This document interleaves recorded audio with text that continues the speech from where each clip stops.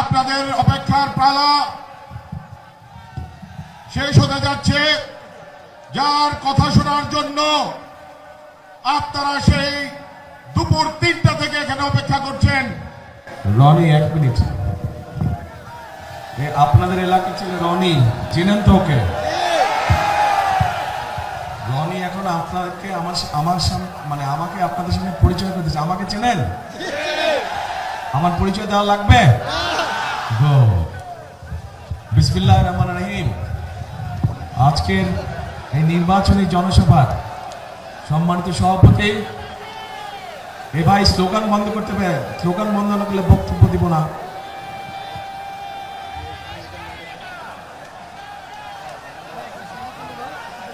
যারা স্লোগান দিচ্ছে, মাইক ব্যবহার করছে, তার মানে ওরা ডিস্টার্ব করছে মিটিং এ। কাজে বন্ধ করো, বন্ধ করো। হ্যাঁ, স্লোগান বন্ধ করতে হবে। একদম শান্ত হতে হবে। অনেক রাত হয়ে গেছে, এখন শান্ত হতে হবে, শান্ত হতে হবে।